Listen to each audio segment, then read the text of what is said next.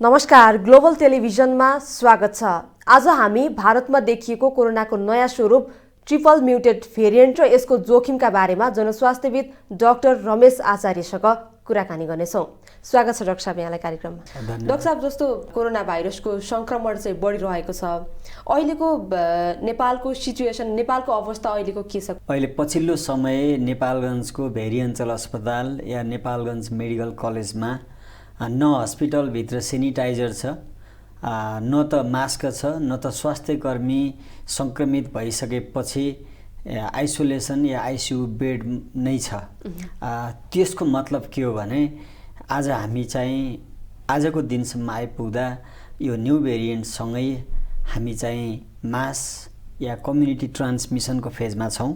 Community ट्रान्समिसनको phase भन्नाले चाहिँ समुदायमा सङ्क्रमण फैलिसकेको अवस्था हो र त्यो चाहिँ कोभिड-19 जस्तो अवस्था होइन, एकदमै भयावह र सबैभन्दा बढी सङ्क्रामक भेरिएन्ट हामीले जसलाई भनेका छौँ। यो सङ्क्रामक भेरिएन्टको कारणले अहिले देशको अधिकांश टेस्ट गरेको ल्याबहरूमा चाहिँ मिनिमम पनि 20% देखि 30% चाहिँ सङ्क्रमितहरू दिन प्रतिदिन थपिँदै गइरहेको अवस्थाको कारणले पनि नेपाल चाहिँ फेरि पनि युके, इन्डिया या अमेरिकाकै अवस्थामा जाँदैछ। अहिले नेपाल जोखिममा छ कोरोना सङ्क्रमणको जोखिम? हो, एकदमै जोखिम मात्रै होइन। मैले हिजो 6 महिना अगाडि पनि तपाईँहरूको टेलिभिजन मार्फत या अरू मिडिया मार्फत भनेको थिएँ, नेपाल केही समयपछि अमेरिका या युरोप हुँदैछ भनेको अवस्था थियो र मैले त्यो 6 महिना अगाडिको अन्तर्वार्तालाई अहिले पनि सम्झिँदै नेपाल हामी पुनः न्युयोर्क या युकेको लन्डन या त इन्डियाको दिल्ली या कलकत्ताकै जस्तो भयावह अवस्थामा हामी जाँदैछौँ र यो दुःखद कुरा हो। यो भारतमा देखिएको नयाँ भेरिएन्ट छ, यो के हो, कस्तो हो, यसको असर के हुन्छ बताइदिनुहोस्। हो, अब यो चाहिँ पछिल्लो समय चाहिँ युकेको केन्ट टाउनमा डिसेम्बर 1 मा नयाँ भेरिएन्ट देखियो, जसलाई चाहिँ वैज्ञानिकहरूले B117 भनेर नामाकरण गरे। B117 भनेको नयाँ भेरिएन्ट हो र त्यसपछि पछिल्लो समय जनवरी 8 मा चाहिँ AP1 इन्फेक्सन भनेर चाहिँ ब्राजिलबाट अमेरिकामा गएको नागरिकहरूमा भाइरस देखियो र त्यसको नामाकरण चाहिँ AP.1 भनेर भनियो र त्यसलाई चाहिँ AP1 इन्फेक्सन भनेर अहिले क्वाइट कमन छ। र युकेको भेरिएन्ट र ब्राजिलको यो मोनास टाउनबाट निस्केको आउटब्रेक भएको AP1 इन्फेक्सन अहिले संसारको 60 भन्दा बढी देशमा गइसकेको अवस्था हो र त्यही दुईटा भेरिएन्ट ब्राजिलबाट र युकेबाट आएको भेरिएन्ट पछिल्लो समय चाहिँ इन्डियामा आक्रमक भएको अवस्था हो एउटा। दोस्रो चाहिँ कलकत्ता र न्यू दिल्लीमा अहिले नयाँ भेरिएन्ट, त्यहाँ पनि होल जिनोम सिक्वेन्सिङ भयो। होल जिनोम सिक्वेन्सिङसँगै अहिले चाहिँ इन्डियामा दुई प्रकारका या डबल म्युटेड भएर देखिएका भाइरसहरू, जसलाई हामीले कलकत्ता स्ट्रेन या त न्यू दिल्ली स्ट्रेन भनेर पनि इन्डियाको मेडिकल जर्नलहरूमा पब्लिस भइसकेको अवस्था छ।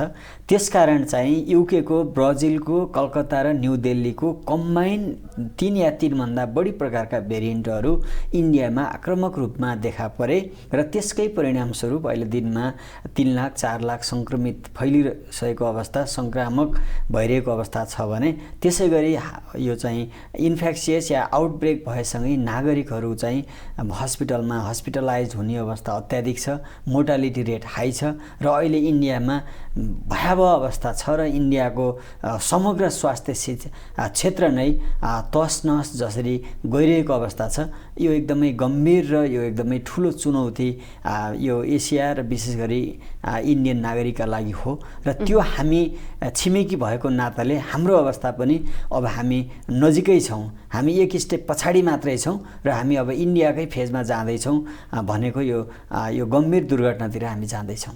अहिले देखिएको यो ट्रिपल म्युटेड भेरिएन्ट छ, यसको असर कस्तो हुन्छ अनि यसमा लक्षणहरू चाहिँ कस्ता देखिन्छन्? हो, अब कोरोना भाइरसहरू त्यतिखेर सोसाइटीमा या समाजमा या त स्प्रेड भएर आउटब्रेक हुने गर्छ, पेन्डेमिक अवस्थामा पुग्छ जब भाइरसको चाहिँ स्ट्रक्चरमा या स्पाइक प्रोटिनमा परिवर्तन आउँछ। यो चाहिँ भाइरसको स्वभाव हो, जसलाई हामीले आरएनए भाइरस पनि भन्छौँ। अब आरएनए भाइरसको स्वभावसँगै स्ट्रक्चर र यसको स्पाइक प्रोटिनमा परिवर्तन आएसँगै यसको लक्षणहरू चाहिँ अहिले south African strain, Brazil strain, UK strain र दिल्ली स्ट्रेन प्लस अमेरिकन स्ट्रेनको कम्बाइन्ड लक्षणहरूको कुरा गऱ्यो भने मेजर कुराहरू जम्मा 5वटा छ। पहिलो चाहिँ न्यू स्ट्रेन चाहिँ साउथ अफ्रिकन नागरिकहरू या ब्राजिलको सिटिजन या ब्राजिलमा बस्ने नागरिकहरूमा चाहिँ आँखा राता रेड आइज भनेर भन्छौँ, रेड आइजको अवस्था, फास्ट चाहिँ निमोनिया या त ड्राई कफ, क्रोनिक कफ चाहिँ एकदमै चाहिँ ऱ्यापिड पहिलाको कोभिड-19मा 1 हप्ता 10 दिनमा चाहिँ या 15 दिनमा चाहिँ स्लोली कफ भएर चाहिँ निमोनियामा प्रवेश गरेको अवस्था थियो भने यो चाहिँ अहिले 24 घण्टा या 48 घण्टामै राति सुत्नै नसक्ने गरी सुक्खा खोकी, उसलाई सास फेर्न एकदमै गाह्रो, स्याचुरेसन भन्छौँ अक्सिजन लेभल ड्रप भएको अवस्था, र त्यसै गरी फोक्सोको चाहिँ सिटी गर्दाखेरिमा चाहिँ सिभियर बाइलेटरल निमोनिया भएको अवस्था छ। यो चाहिँ दोस्रो। तेस्रो चाहिँ अहिले युके र इन्डियाको भेरिएन्टमा चाहिँ डायरिया चाहिँ कमन भएको अवस्था छ। डायरिया भयो तर डायरियाको मेडिसिन खाँदाखेरिमा डायरिया कन्ट्रोल नभएको अवस्था छ, र यो चाहिँ डायरिया पनि एग्रेसिभली चाहिँ यो मोडरेट र सिभियर पेसेन्टहरूमा देखिएको अवस्था छ। यो चाहिँ तेस्रो।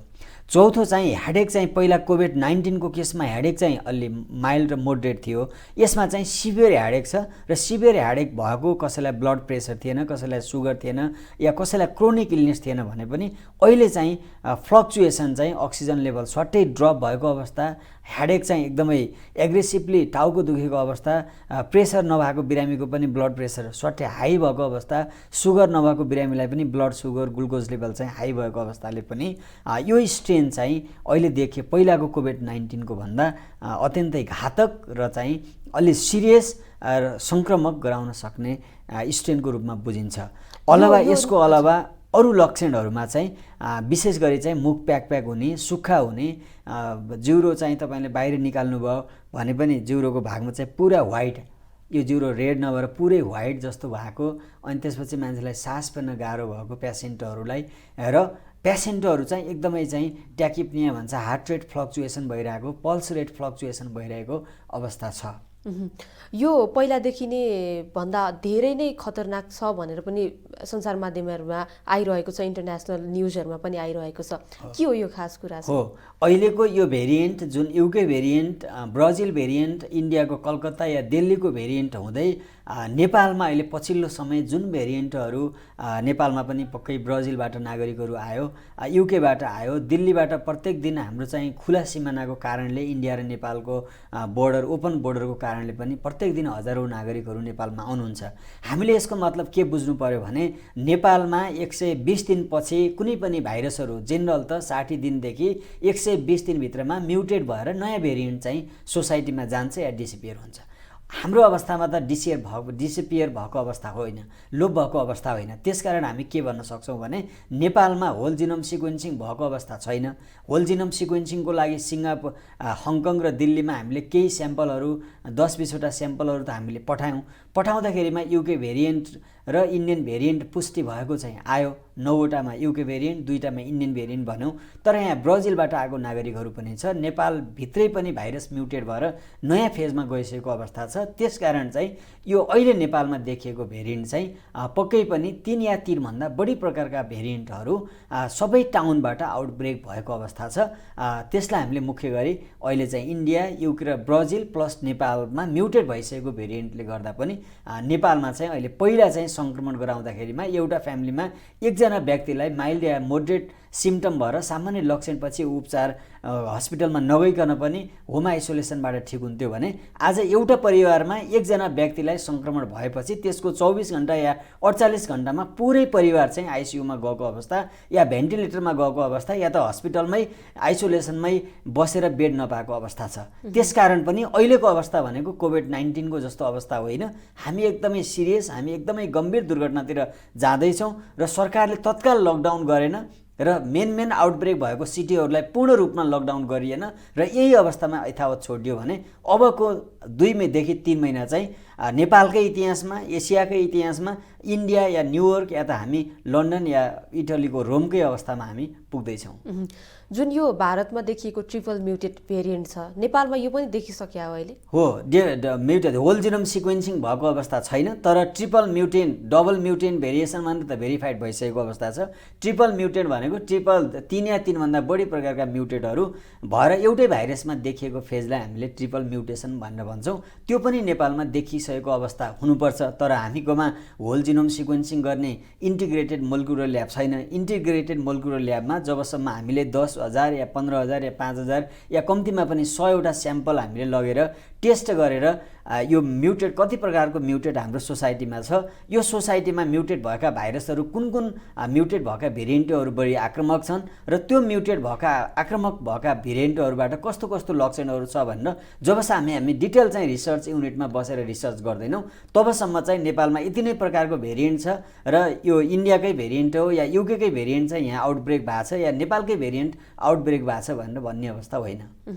यो भाइरसले चाहिँ समय समयमा स्वरूप चाहिँ परिवर्तन गरिरहन्छ, यसको कारण चाहिँ के हो? यो चाहिँ आरएनएको स्वभाव हो। मैले सुरुमा पनि भने कोरोना फ्यामिलीभित्र पर्ने यो कोरोना भाइरसहरूका नयाँ नयाँ रूपहरू, नयाँ नयाँ प्रकारहरू समुदायमा या सोसाइटीमा या देशमा सबै ठाउँमा देखा पर्छन् जब भाइरसको स्ट्रक्चरमा परिवर्तन हुन्छ, उसको रूपमा परिवर्तन हुन्छ, आकारमा परिवर्तन हुन्छ र जिनमा परिवर्तन हुन्छ, जसलाई हामीले एमिनो एसिड या स्पाइक प्रोटिनभित्र आउने चेन्जेसहरू भन्छौँ। 9, 10, 15, 20 यस्तो प्रकारको चेन्जेसहरू देखा पर्छ। अब यो किन कुनै भेरिएन्टहरू चेन्ज हुँदै गर्दा एकदमै तपाईँको कम आक्रामक भएर या सामान्य तरिकाले डिसपियर भएर गएको अवस्था पनि छ। तर कुनै प्रकारको भाइरसहरू जस्तो हामी फ्लूको कुरा गरौँ, रुगाखोकी कमन कोल्डको कुरा गरौँ, अब फ्लू इन्फ्लुएन्जा भाइरस पनि त यो कोरोना फ्यामिलीभित्रको एउटा भाइरस हो भने यो आजसम्म लोप भएको अवस्था छ। रुगाखोकीको भाइरस लोप भएको अवस्था छ, राइनो भाइरस छैन। किन छैन भन्दा हरेक वर्ष चिसोमा या तपाईँको चाहिँ कोल्ड वेदरमा यो विक इम्युन सिस्टम भएको मान्छेलाई हरेक वर्ष एकचोटि या दुईचोटि इन्फ्लुएन्जाले या रुगाखोकी भाइरसले के भएको छ भनेपछि एट्याक गरेकै छ र म्युटेड परिवर्तन भइसकेको अब भइरहेकै हुन्छ। त्यसकारण हरेक प्रकारका कोरोना फ्यामिलीभित्र पर्ने भाइरसहरू आफ्नो रूप परिवर्तन गर्दै जान्छन्। त्यो चाहिँ आरएनएको स्वभाव हो। किनभने जब ठाउँ पाउँदैन, उसले बस्ने ठाउँ पाउँदैन, उसले आक्रामक हुने आफ्नो एरिया चाहिँ पाउँदैन, त्यतिखेर ऊ चाहिँ आफ्नो स्ट्रक्चरमा या चाहिँ जिनमा चाहिँ अटोमेटिक परिवर्तन ल्याउँछ र त्यो परिवर्तन आइसकेपछि कुनै स्ट्रेनहरू आक्रामक र एकदमै चाहिँ इन्फेक्सियस हुन्छन्, सङ्क्रामक हुन्छन् र त्यसले चाहिँ बढी स्प्रिड गराउने, फास्टै स्प्रिड गराउने र 70-80 गुणा चाहिँ फास्टै स्प्रिड गराएर आज चाहिँ 10 ठाउँमा फैलिएको थियो भने भोलि त्यो हाइली इन्फेक्सियस भयो भने भोलि 100औं प्लेसहरूमा जाने गर्छ। जस्तो डाक्टर साहबले अगाडि भन्नुभयो लक्षणहरू यस्ता यस्ता देखिन्छन् भन्ने विभिन्न प्रकारका लक्षणहरू भन्नुभयो। त्यस्ता लक्षण देखिएर पिसिआर परीक्षण गर्दाखेरि पनि त्यसमा चाहिँ नेगेटिभ आउने अवस्था, नेगेटिभ आइरहेको पनि हुन्छ कतिजनाको। त्यस्तो अवस्थामा के गर्न सकिन्छ? हो, जस्तो अब पिसिआर आरटिपिसिआर गर्दाखेरिमा कतिपयमा हामीले फल्स पोजिटिभ र फल्स नेगेटिभ भन्छौँ। आरटिपिसिआर पनि 100% चाहिँ डायग्नोस्टिक टेस्ट या तपाईँको शरीरमा भाइरस प्रवेश गरिसकेको छ, तपाईँको शरीरकोमा चाहिँ भाइरल लोड कति छ र त्यो चाहिँ स्याम्पल स्वाब मुखभित्रको स्याम्पल लिने, जसलाई हामीले स्वाब कलेक्सन भनेर भन्छौँ। त्यो स्वाब कलेक्सन गर्दाखेरिमा स्वाब कलेक्सन गर्ने मान्छेले राइट प्रपर वेबाट चाहिँ स्याम्पल लियो कि लिएन, या न्यासोफ्यारिन्जियल स्वाब लिँदाखेरिमा प्रपर मिनिमम 15 सेकेन्डभित्र चाहिँ निडिल राख्यो कि राखेन, या ल्यारिङ्स र फ्यारिङ्स पार्टबाटै चाहिँ स्वाब निकालेको निकालेन भन्ने कुरामा डिटरमाइन हुन्छ। त्यसकारण नेगेटिभ रिपोर्ट आउनुको पछाडि चाहिँ एउटा त स्वाब सङ्कलनमा प्रपर र एकदमै राम्रोसँग उसले लियो कि लिएन, स्याम्पल कलेक्सन गर्यो कि गरेन भन्ने कुरा भयो भने अर्को चाहिँ डायग्नोस्टिक प्रोसिड्युर नै म्याक्सिमम 80 देखि 85% मात्रै एकुरेसी हुन्छ। कुनै पनि आरटिपिसिआर या पिसिआर मसिनले 100% रिजल्ट आइदिन्छ भन्ने हुँदैन। यो दोस्रो। तेस्रो चाहिँ कहिलेकाहीँ फल्स पोजिटिभ र फल्स नेगेटिभ आइदिन्छ। तपाईँलाई पोजिटिभ थियो तर चाहिँ तपाईँलाई नेगेटिभ आउँछ, तपाईँलाई नेगेटिभ थियो तर कहिलेकाहीँ पोजिटिभ आउँछ। यस्तो खालको टेक्निकल इररहरू मेडिकल साइन्समा हुन्छ र अरू क्षेत्रमा पनि हुन्छ, जसको कारणले गर्दा पोजिटिभ थियो त्यो व्यक्ति कहिलेकाहीँ नेगेटिभ देखिन सक्छ, कहिलेकाहीँ त्यो व्यक्ति नेगेटिभ थियो कहिलेकाहीँ पोजिटिभ देखिन सक्छ। जस्तो यो सँगै यो लक्षण नदेखिएका बिरामीहरूकोमा पनि यो लक्षण नदेखिँदाखेरि पनि पोजिटिभ देखिन्छ। हो, यो चाहिँ कस्तो अवस्थामा यस्तो हो? जस्तो अब बिरामीको प्रकृति चाहिँ 3 किसिमको हुन्छ, 4 किसिमको म भन्न रुचाउँछु। माइल्ड, मोडरेट र सिभियर। माइल्ड केस भनेको सामान्य तपाईँलाई ज्वरो आयो, आज राति ज्वरो आयो, भोलि बिहान छैन। आज तपाईँलाई सामान्य हेडेक भएको थियो, डिजिनेस भएको थियो, भोलि छैन।